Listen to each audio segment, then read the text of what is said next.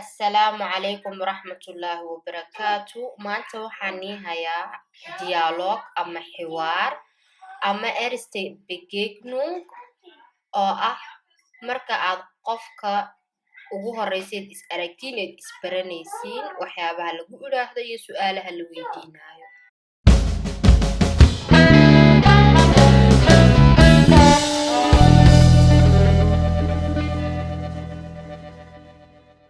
Hallo, wie heißen Sie? Hallo, magacaa? Hallo, ich heiße Suleiman. Und du?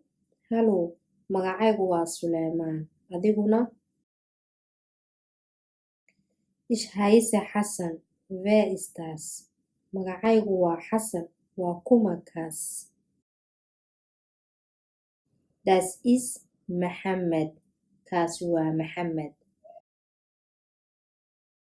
Woher kommt er? Halkuu ka imid isagu?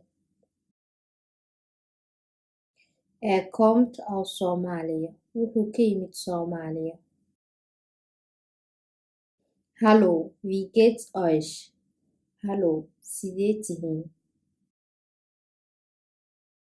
Gut, danke. Fiican badan, mahadsanid. Super, fiican badan. Und dir? Adiguna?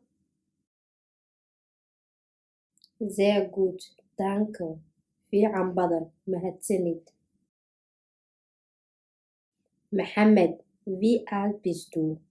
Mohammed, imise jir baad tahay?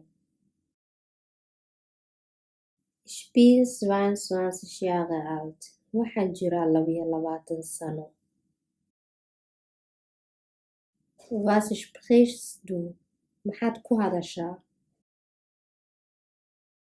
Ich spreche Somalisch, Arabisch und ein bisschen Deutsch. Waxaan ku hadlaa Soomaali, Carabi iyo xoogaa Jarmal ah. Wo wohnst du? Xagee degan tahay? Ich wohne in Salzburg. Wo wohnt ihr? Waxaan deganahay Salzburg. Idinku xagee degan tihiin?